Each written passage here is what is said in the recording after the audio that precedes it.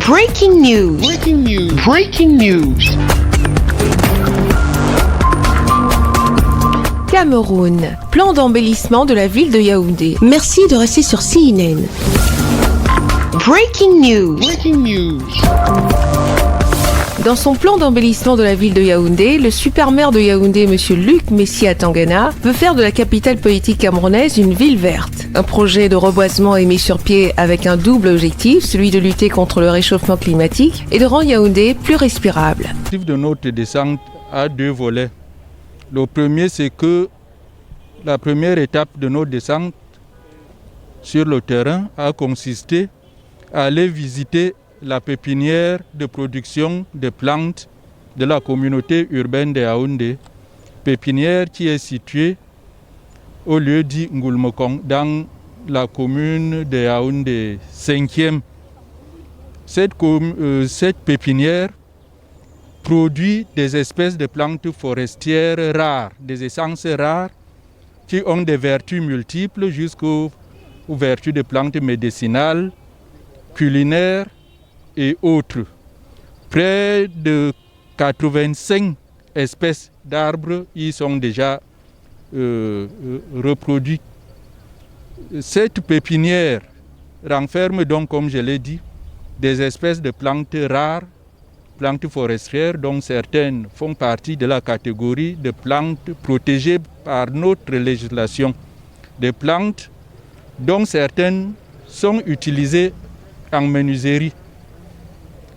Après cette visite que nous avons, dont les résultats nous ont apparu satisfaisants, nous sommes actuellement à la deuxième étape de notre descente au lieu dit Olezoa dans la commune d'arrondissement de Yaoundé 3e, où la communauté urbaine de Yaoundé entend créer un arboretum, un lieu de recueil, de plantation de ces arbres forestiers, espèces rares. C'est ici, dans cet arboretum situé à la lisière de Yaoundé et de la ville de Soa, que proviendront les différentes espèces d'arbres à planter sur les flancs des collines. Des dizaines d'espèces bien connues des forêts camerounaises seront mises en exergue. Nous entendons par la suite regarnir les flancs des montagnes dégarnies de la ville de Yaoundé. Nous allons procéder au reboisement de ces flancs de montagne, également créer des vergers, regarnir des espaces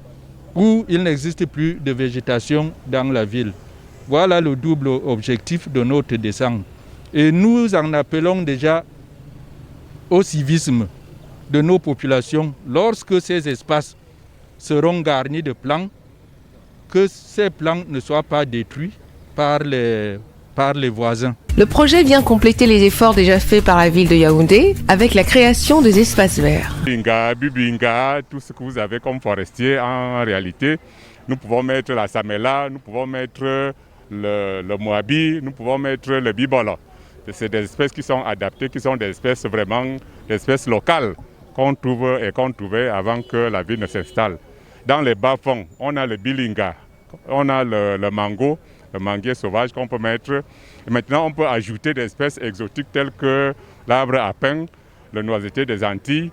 Tout ça peut bien convenir dans des espèces de bas-fonds comme celui-ci. On peut très bien mettre des espèces telles que l'arbre à pain ici.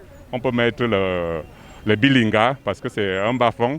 On peut mettre le mambodé, le rikio.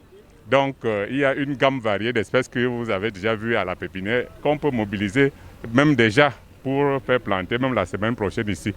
Alors, si il nous est donné davantage de confiance pour continuer à travailler, bon, on le fera, mais nous ne pouvons pas dire que Yaoundé sera reboisé totalement dans combien de temps. Il revient à monsieur le maire de fixer l'objectif que nous, on va tout simplement suivre. Donc voilà, à ce niveau, je ne peux pas vous dire qu'il faut 2 ans ou 3 ans, mais nous sommes prêts à accompagner la communauté urbaine de Yaoundé dans le cadre de son projet de sylviculture. Nous avons actuellement 86 espèces d'arbres forestiers, ornementaux et même agricoles. Donc c'est une grande diversité qu'on peut exploiter pour planter, soit en termes de plantation d'alignement ou plantation en plein pour faire les arboretums tels que le maire vient de le dire.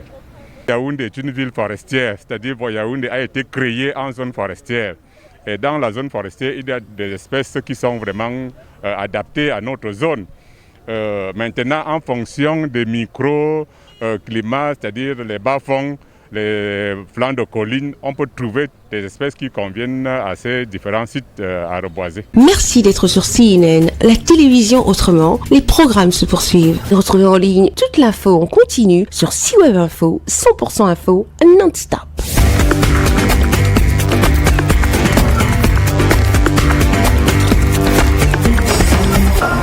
Breaking news. Breaking news. Sur CNN.